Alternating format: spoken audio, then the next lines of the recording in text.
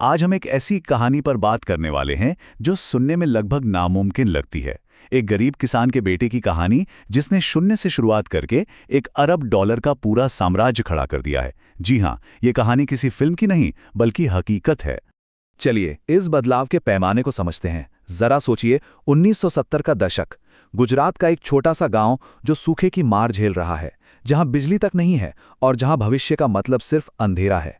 ये थी विरानी परिवार की शुरुआत। और आज वो एफएमसीजी की दुनिया के सबसे बड़े खिलाड़ियों में से एक हैं, जिनका अरबों का कारोबार है। तो सवाल तो यही उठता है कि आखिर ये हुआ कैसे? एक 16 साल का लड़का जिसके पास सचमुच कुछ भी नहीं था, वो 60 अरब रुपए का इतना बड़ा साम्राज्य आखिर कैसे बना सकता है? तो चलिए इस अविश्वसनीय सफर की परतों को एक एक करके खोलते हैं। तो ये कहानी शुरू होती है 1970 के दशक में। गुजरात के धुंधोराजी गांव में इतना भयंकर सूखा पड़ा कि सब कुछ तबाह हो गया। विरानी परिवार के लिए ये एक ऐसा मोड़ था जहां से उनकी पूरी दुनिया बदलने वाली थी। परिवार के मुखिया ने एक बहुत बड़ा और मुश्किल फैसला लिया। उन्होंने अपनी बंजर जमीन बेच दी। उससे जो 20,000 रुपये मिले वो अपने बेटों को देकर एक नई जिंदगी की उम्मीद में राजकोट भेज दिया। लेकिन शहर की जिंदगी इतनी आसान कहाँ थी। खेती से जुड़े उपकरणों और खाद का जो बिजनेस उन्होंने शुरू किया, वो अनुभव की कमी की वजह से बुरी तरह फेल हो गया। सारी की सारी जमा पूंजी खत्म। अब उनके पास जीरो से शुरू करने के अलावा कोई और रास्ता नहीं था। और यहां से शुरू होता है कहानी का वो दौर जिसे हम रॉक बॉटम कह सकते हैं। परिवार का पेट पालने के लिए चंदू भाई ने एस्ट्रोन सिनेमा में एक कैंटीन बॉय की नौकरी पकड़ ली। तनख्वाह सिर्फ 90 रुपए महीना। लेकिन कहते हैं ना, अंधेरे में ही रोशनी की कीमत समझ आती है। यहीं पर उन्होंने अपनी जिंदगी का पहला और सबसे बड़ा मंत्र सीखा। कैंटीन में टेबल साफ करना हो, सिनेमा के पोस्टर चिपकाने हो या फिर रात को फटी हुई सीटों को सिलना हो, उन्होंने हर काम को पूरी लगन और इज्जत से किया। उनके लिए कोई भी काम छोटा नहीं था। और मेहनत कभी बेकार नहीं जाती। उनकी इसी लगन को देखकर सिनेमा के मालिक इतने प्रभावित हुए कि उन्होंने पूरी कैंटीन चलाने का ठेका ही उन्हें दे दिया।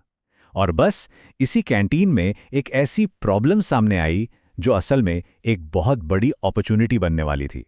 हुआ ये कि कैंटीन में आलू वेफर्स की डिमांड तो बहुत थी, लेकिन सप्लाई करने वालों का कोई भरोसा नहीं था।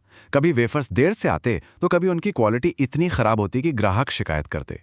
एक सप्लायर बदला, दूसरा बदला, तीसरा, लेकिन प्रॉब्लम जस की तस बनी रही। और यहीं पर हमें मिलता है उनका दूसरा मंत्र। चंदूबाई का मानना था कि किसी भी प्रॉब्लम को लेकर चिंता करने से कुछ नहीं होता, जरूरी है कि उसका सलूशन ढूंढा जाए। तो उन्होंने इस सप्लायर वाली प्रॉब्लम को एक प्रॉब्लम की तरह नहीं बल्कि एक मौके की तरह देखा। और मौका मिलने पर क्या करना चाहिए? सोचना नहीं है, एक्शन लेना है। ये था उनका तीसरा मंत्र। उनका मानना था कि बहुत ज्यादा सोचने समझने वाले लोग अक्सर सही मौका गंवा देते हैं। जब अपॉर्चुनिटी दरवाजे पर दस्तक दे तो एनालिसिस नहीं, एक्शन करना चाहिए। तो उन्होंने बिल्कुल यही किया। 1982 में बिना किसी फैंसी बिजनेस प्लान के उन्होंने एक बड़ा कदम उठाया। घर के पीछे एक छोटा सा शेड बनाया और अपनी पूरी जमा पूंजी यानी 10,000 रुपीज आलू वेफर्स बनाने के काम में लगा दी। शायद उन्हें भी नहीं पता था कि इस छोटे से शेड से एक बहुत बड़े साम्राज्य की नींव रखी जा रही थी। तो अब शुरू होती है बालाजी के बनने की असली कहानी। कोई तजुर्बा नहीं था, बस जुनून था। चंदू भाई कैंटीन की अपनी शिफ्ट खत्म करके रातों को जाग जाग कर वेफर्स की परफेक्ट रेसिपी ढूंढने में लगे रहते थे। अब एक और मुश्किल आई दुकानदारों की तरफ से। जब उन्होंने नखरे दिखाने शुरू किए तो चंदू भाई ने एक जबरदस्त स्ट्रैटेजी अपनाई। उन्होंने दुकानदारों को ही बाईपास कर दिया, सीधा डायरेक्ट टू कस्टमर मॉडल। वो अपनी साइकिल, फिर मोटरसाइकिल और रिक्शा पर वेफर्स लादकर दूर दराज के गांव तक खुद पहुंचाने लगे। और ये स्ट्रैटेजी कमाल कर गई। उनकी मेहनत रंग लाई और डिमांड इतनी बढ़ गई कि 1989 में उन्हें एक बहुत बड़ा और बहुत रिस्की फैसला लेना पड़ा। उन्होंने पूरे 50 लाख का भारी भरकम लोन लिया और उस समय गुजरात का सबसे बड़ा पोटैटो वेफर प्लांट लगा दिया। ये एक बहुत बड़ा जुआ था।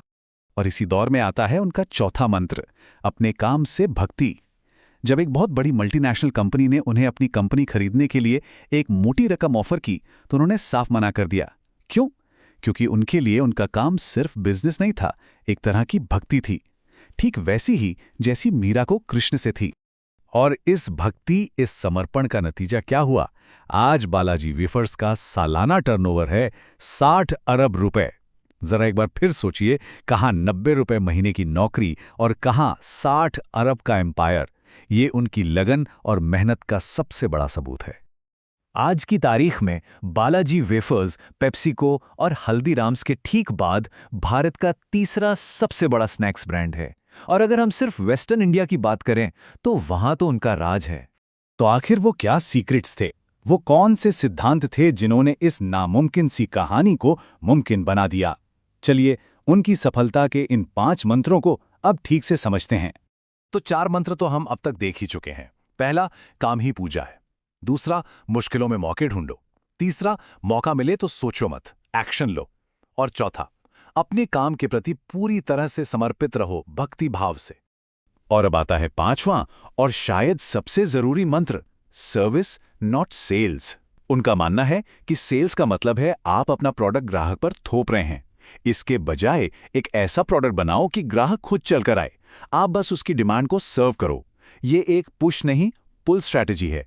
और ये सिर्फ कहने की बात नहीं है, ये उनके पूरे बिजनेस मॉडल की आत्मा है। सोचिए, उनके 80% सप्लायर्स सीधे किसान हैं, डिस्ट्रीब्यूटर्स के साथ उनके रिश्ते दशकों पुराने हैं, और उनके 7,000 एम्प्लॉयज को कोई सेल्स टारगेट नहीं दिया जाता। मकसद ये है कि सप्लाई चेन में हर कोई एक साथ मिलकर आगे बढ़े। इस पूरी सोच को समझाने के लिए चंदूबाई एक बहुत गहरी बात कहते हैं। वो महाभारत और रामायण का उदाहरण देते हैं। वो कहते हैं, महाभारत में लालच था तो सब खत्म हो गया, लेकिन रामायण में करुणा थी, सहयोग था, तो सबने मिलकर हर मुश्किल को पार कर लिया। और यही बात हमें एक बहुत बड़े सवाल पर लाकर छोड़ देती है। आज के ज़माने में जहां हर तरफ वेंचर कैपिटल और ग्रोथ एट एनी कॉस्ट की बात होती है, वहां एक ऐसे बिजनेस से क्या सीखा जा सकता है जो करुणा और सेवा को सबसे ऊपर रखकर धीरे धीरे लेकिन मजबूती से इतना बड़ा बना?